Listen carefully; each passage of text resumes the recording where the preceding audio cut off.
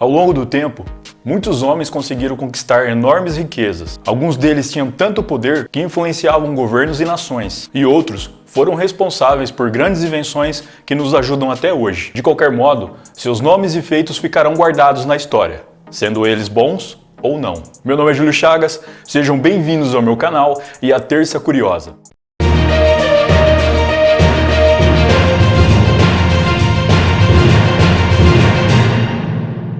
Número 10. Henry Ford.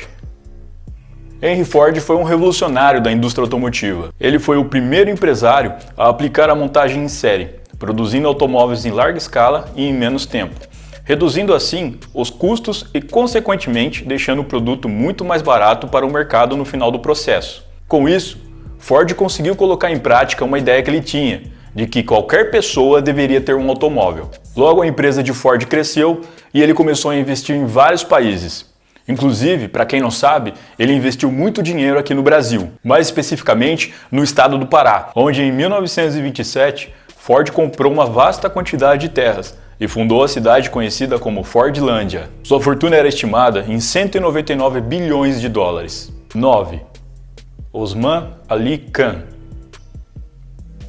Osman Ali Khan foi nizam do estado de Hyderabad, um estado monárquico independente que hoje faz parte da Índia. Osman foi destaque na capa da revista Time de 1937, como a pessoa mais rica da época, o quinto homem mais rico da história e o indiano mais rico de todos os tempos. Ele governou por 37 anos, de 1911 até 1948, quando foi deposto e seu reino foi anexado pela República da Índia, que tinha acabado de conquistar sua independência do Império Britânico. Osman é descrito como um monarca benevolente. Durante seu reinado, ele fez amplos investimentos na educação, saúde, infraestrutura e saneamento. Inclusive, ele fazia doações consideráveis para inúmeras instituições, tanto do seu país, tanto pelo mundo. Isso lhe deu enorme prestígio e respeito na comunidade internacional. Dentre sua fortuna, o que mais chamava a atenção eram suas joias. Em especial, o diamante de 185 quilates, conhecido como Jacob, que era avaliado em 150 milhões de dólares, e Osman o usava como peso de papel em sua mesa. Sua fortuna total era estimada em 210 bilhões de dólares. 8. Muammar Gaddafi. Muammar Gaddafi foi ditador da Líbia por 40 anos, de 1969 a 2011. Ele se autoproclamava um revolucionário socialista. Porém, a distribuição de renda, que na teoria seria para o povo, na prática, chegava apenas nele e seus aliados do governo. Gaddafi era conhecido por sua ostentação desmedida e seus gastos supérfluos. Um dos mais famosos, certamente, foi o show particular da cantora norte-americana Beyoncé para seu filho Hannibal Gaddafi, em uma ilha no Caribe. O ditador pagou 2 milhões de dólares por apenas 5 músicas, enquanto a maioria da população líbia passava fome. A fortuna do ditador era estimada em 215 bilhões de dólares, porém, segundo fontes, ele tinha muito mais que isso, pois esse valor é apenas o que foi rastreado quando o governo e familiares de Gaddafi transferiram dinheiro para inúmeras contas com a queda do regime. 7. Guilherme, o Conquistador.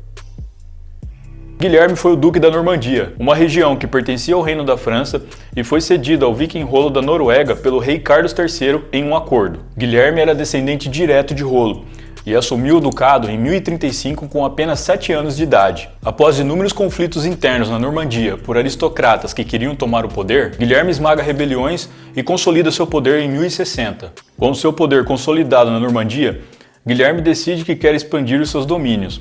Em 1062, ele já controla todos os condados vizinhos do seu ducado. Esse controle lhe foi garantido através de campanhas militares e casamentos. Quando o rei da Inglaterra, Eduardo, morre em janeiro de 1066, Guilherme reivindica o trono, além do fato de Eduardo ser seu primo em primeiro grau e não possuir herdeiros. Essa reivindicação foi contestada pelo conde Harold Godwinson, que havia sido nomeado rei da Inglaterra pelo próprio Eduardo em seu leito de morte. Guilherme, não satisfeito, constrói uma enorme frota e parte para a Inglaterra. Ele enfrenta Haroldo na Batalha de Hastings, onde ele o derrota e o mata. Guilherme então é coroado rei da Inglaterra no Natal de 1066. Ele se torna soberano de um dos maiores reinos do mundo e dono de grandes riquezas.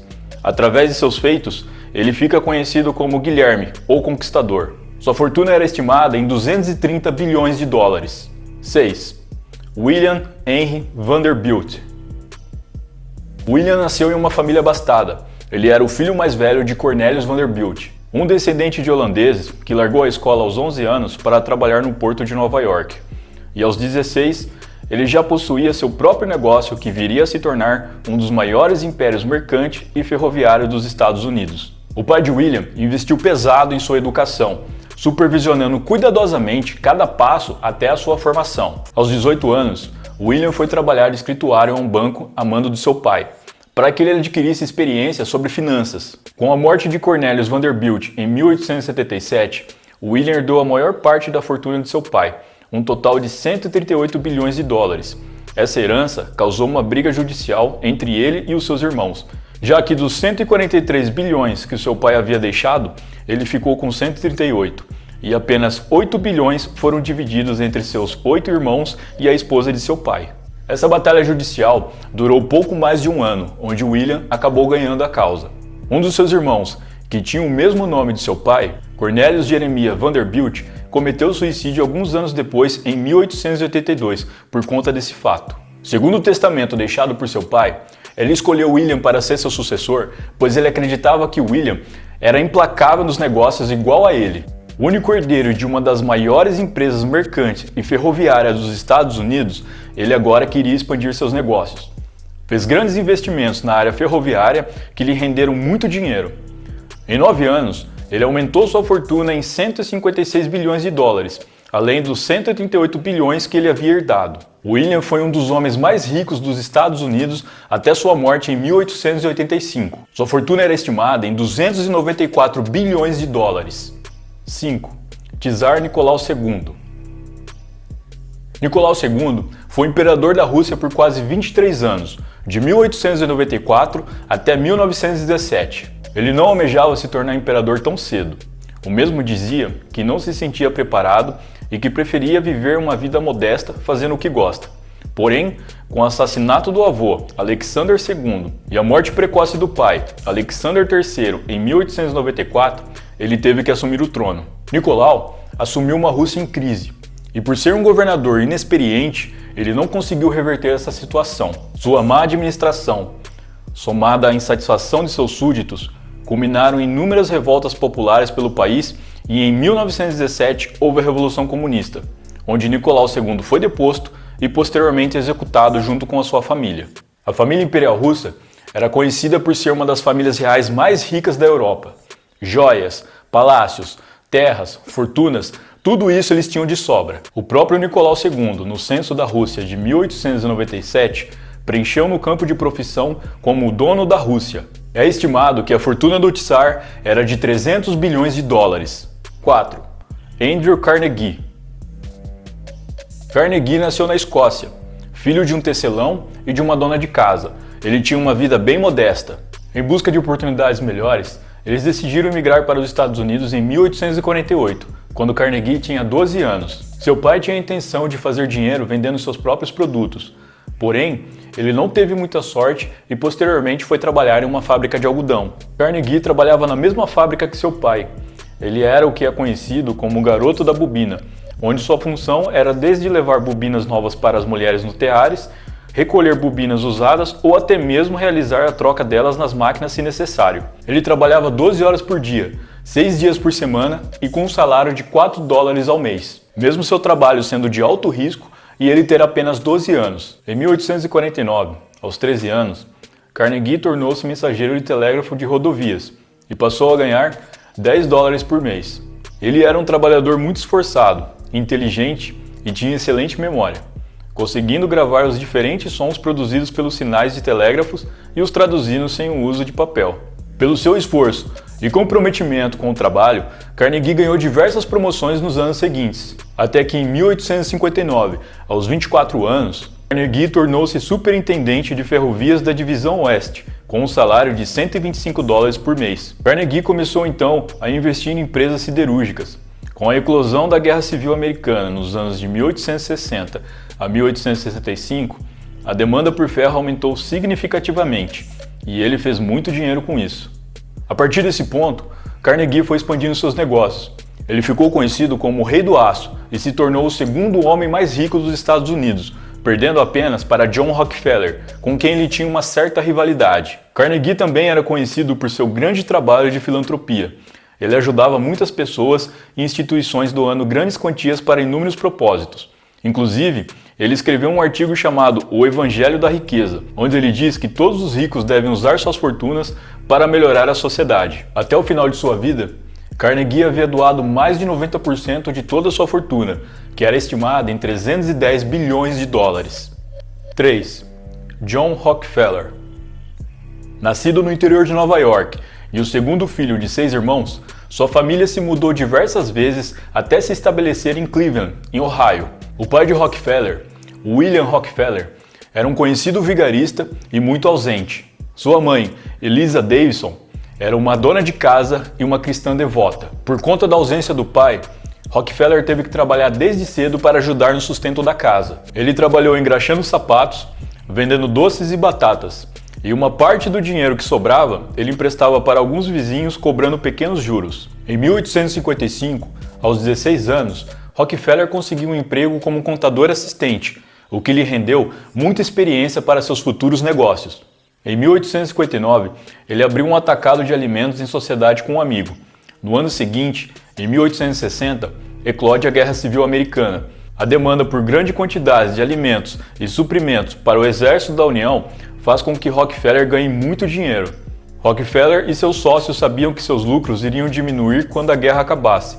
Com isso, eles se anteciparam e decidiram investir no refino de petróleo bruto. Em 1863, eles fundam uma refinaria em Cleveland. E em 1865, Rockefeller compra parte da empresa de seu sócio e assume o controle total de sua refinaria. Com a grande expansão para o oeste, ele vê uma oportunidade para expandir seus negócios. Ele pegou o dinheiro emprestado com os bancos, reinvestiu os lucros, se adaptou às mudanças no mercado e colocou observadores em campos para acompanhar o setor em rápida expansão. Ao mesmo tempo, ele comprava refinarias menores e menos eficientes para eliminar a concorrência e monopolizar o mercado ao seu favor. Em 1874, John Rockefeller era o dono da maior refinaria do mundo e o homem mais rico dos Estados Unidos e da era moderna. Sua fortuna era estimada em 350 bilhões de dólares. 2. Jacob Fugger. Jacob nasceu em uma família rica de comerciantes.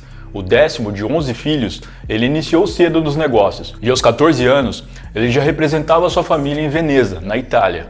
Alguns anos depois, ele se tornou um dos maiores banqueiros da Europa. Sua fortuna era tanta que ele foi apelidado de Jacob, o Rico. Ele tinha grande influência que até o Papa e o Imperador pediam empréstimos e financiamentos a ele. Jacob chegou a emprestar enormes quantias para o Sacro Imperador Romano Germânico Maximiliano I. Isso também lhe garantiu privilégios que o ajudaram na expansão de seus negócios. Com a morte de Maximiliano em 1519, Jacob vê sua expansão em risco, já que um outro imperador que ele não possuía acordos poderia ser eleito e seus privilégios acabariam. Pensando nisso, Jacob levanta uma enorme quantia e decide financiar a candidatura de Carlos V, rei da Espanha e neto de Maximiliano, para se tornar o novo imperador romano-germânico. Carlos é eleito e Jacob firma acordos com ele para garantir seus negócios. Jacob foi o criador da primeira multinacional do mundo e financiou a expedição de navegadores muito famosos, tais como Cristóvão Colombo e Fernão de Magalhães. Ele também criou o primeiro serviço de notícias, da qual ele pagava mensageiros de toda a Europa para trazer informações políticas e comerciais para ele. Isso o deixava sempre um passo à frente de seus concorrentes, o que lhe dava grande vantagem. Como banqueiro, ele usou de sua influência com o Papa para que tirasse a proibição dos juros, já que naquela época a Igreja Católica considerava crime a cobrança e obtenção de juros sobre o dinheiro. Com isso, Jacob começou a oferecer 5% de juros anuais a quem depositasse dinheiro em qualquer um dos seus bancos. Tudo isso fez com que Jacob mais que dobrasse a sua fortuna, que até o final de sua vida era algo em torno de 400 bilhões de dólares, se fossem convertidos para os dias de hoje. 1. Mansa Musa. Mansa foi imperador do Mali. Seu reinado durou 25 anos e durante esse tempo ele expandiu seu território por mais de 3.000 quilômetros por toda a África. O território do Império Mali era extremamente rico em recursos naturais. Isso garantiu a Mansa enorme riqueza e estabilidade. Em 1324, Mansa fez sua peregrinação até a cidade de Meca, na Arábia Saudita, já que ele era muçulmano. Essa peregrinação durou mais de um ano e ele percorreu mais de 6.000 quilômetros até chegar ao seu destino. Com sua comitiva de mais de 70 mil pessoas, cavalos e camelos, todos vestidos com seda e carregando toneladas de ouro, ele passou por diversos países e onde passava, ele distribuía ouro para toda a população. Inclusive, quando passou um tempo na cidade do Cairo, no Egito, ele distribuiu tanto ouro que acabou quebrando a economia do país, que só se recuperou 20 anos depois. Mansa também investiu em inúmeras construções, tanto no seu império quanto nos lugares que passou em sua peregrinação. Ele construiu escolas, mesquitas e até universidades, sendo que algumas dessas construções existem até os dias de hoje. O homem mais rico de todos os tempos morreu em 1337 e sua fortuna era estimada em mais de 6 trilhões de dólares, se convertida para os dias de hoje. Bom, 6 trilhões de dólares. Acho que vai demorar para um ser humano da era moderna chegar a esse valor. Mas o Mansa já nasceu rei, então isso facilitou muitas coisas para ele, não é não? Bom, pessoal, então é isso. Eu vou ficando por aqui. Muito obrigado por me assistirem, não se esqueçam de se inscreverem no canal e deixar o seu like no vídeo. Vou deixar as minhas redes sociais na descrição, caso vocês queiram me seguir por lá. E sexta-feira tem vídeo novo aqui para vocês. Um grande abraço e até a próxima!